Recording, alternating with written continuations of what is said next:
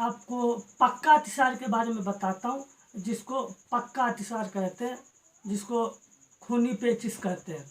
ये जो पेचिश जो होती है, जैसे कि आपको प्रथम में लैट्रीन आ रही है, अगर लैट्रीन आपको आ रही है तो पहले तो सामान्य वातज, पित्तज, कफज, ये वात पित्त कफ में जब तक रहती है तब तक सामान्य रहती है।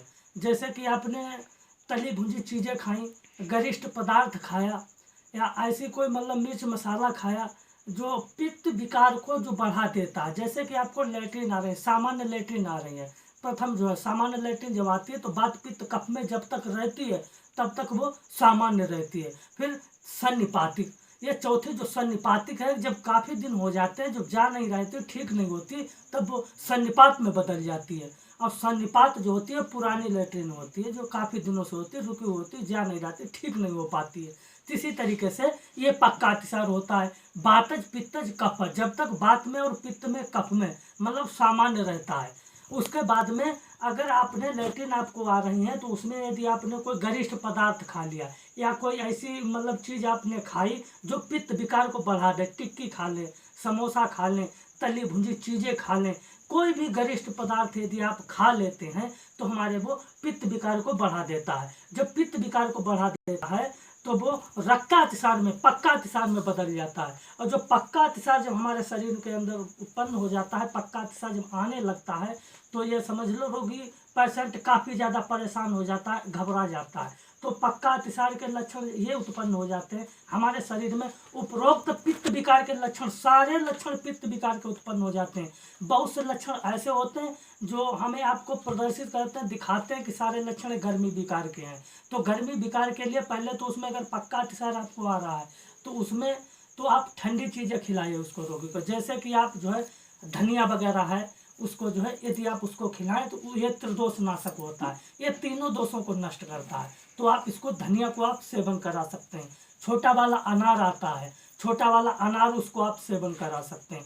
कोई भी चीज़ है जो उसको पित्त विकार को नष्ट कर सकता है। ठंडी, ज़्यादा से ज़्यादा ठंडी चीज़ें आप खवाएं तो पक्का अतिसार में उसको लाभ पहुंचाती हैं। अगर नहीं जा रहा है तब भी काफ़ी ज़्यादा परेशान हो रहे हैं तो उसमें परेशान होने की ज़रूरत नहीं है। पक्के अतिसार में आप एक उपाय करें, साधारण उपाय, ये फार्मूला अपने घर पे आप तैयार कर सकते हैं।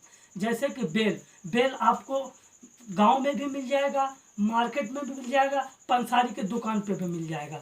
आम की गुठली, ये भी आपको गांव में भी मिल जाएंगी, पंसारी के दुकान पे भी मिल जाएंगी।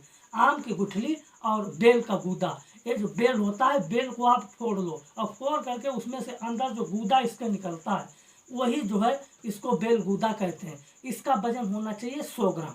आप इसका 100 ग्राम बेल गूदा का वजन कर लीजिए और 100 ग्राम देसी वाली आम की गुठली होनी चाहिए, देसी वाली आम की गुठली, और 100 ग्राम आम की गुठली होनी चाहिए। दोनों का वजन होगा 200 ग्राम।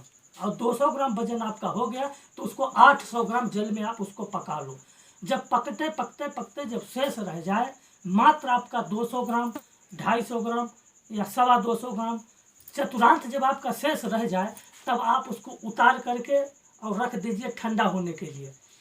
जब ठंडा हो जाए आपका तो आप किसी पात्र से, साफ कपड़े से एक पात्र में उसको आप निचोड़ लें, बिल्कुल जैसे शहद आप निचोड़ते हैं उस तरीके से आप निचोड़ करके, सारी औषधियों का कस जिसको कहते हैं, निचोड़ करके आप साफ पात्र में रख लें।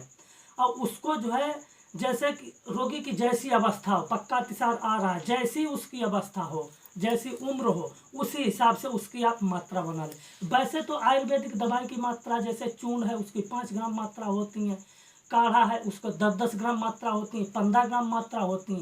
तो इसी तरीके से भी काढ़ा है, इसकी 10 से 15 ग्राम, 5 ग्राम, जैसी अवस्था उसी हिसाब से आप मात्रा बना लें। और जो आप काढ़ा जो निचोड़ करके आप जो है बेल गूदा आम का गुठली तैयार करेंगे, उसको एक पात्र में रखेंगे तो आप उसमें थोड़ा सा शहद निकाल लें और 1 तोला दवाई हमारी होनी चाहिए जिसको कहते हैं, इसको काढ़ा, सत, 1 तोला सत होना चाहिए और थोड़ा सा उसमें 2 ग्राम शहद मिला लें और मिलाकर के आप उसको मिक्स कर लें। और जो है नित्य प्रति आप उसको जो है रोगी को सेवन कराएं। अगर ज़्यादा परेशान है तो आप सुबह शाम सेवन कराएं। अगर उससे भी ज़्यादा कठिनता है, एक होती है मर्ज साध्य, एक होती है असाध्य, एक होती है कष्ट साध्य। तो जैसे भी वहाँ पे लक्षण आपको प्रदर्शित दिखाई दें तो उसी हिसाब से आप मात्रा बना। तो सुबह और शाम आप नित्य प्रति उसको सेवन कराएं, तो जो है आपका पक्का अतिसार धीरे धीरे नष्ट हो जाएगा। अगर आपने हमारे चैनल को अभी तक सब्सक्राइब नहीं किया है तो आप हमारे चैनल को सब्सक्राइब कर लें। पांडे औषध खोज चैनल हमारा जो है आप सर्च करें। आप जड़ी बूटी आप जानकारी चाहते हैं तो आप हमारा चैनल सर्च करें। ऐसे बहुत से सारे वीडियो आपको देखने को मिलेंगे। तो इसी तरीके से जो है इस औषधि को आप सेवन करें, नित्य प्रति आप सेवन करें, तो पक्का अतिसार जो है धीरे धीरे नष्ट हो जाएगा। ये फार्मूला अपने घर पे आप तैयार कर सकते हैं। तैयार कर करके आप नित्य प्रति सेवन करें, ये धीरे धीरे समस्या नष्ट हो जाएगी। इसी तरीके से जो है अगले वीडियो में आपके लिए फिर हाजिर होंगे। तब तक के लिए जो है जय श्री राम।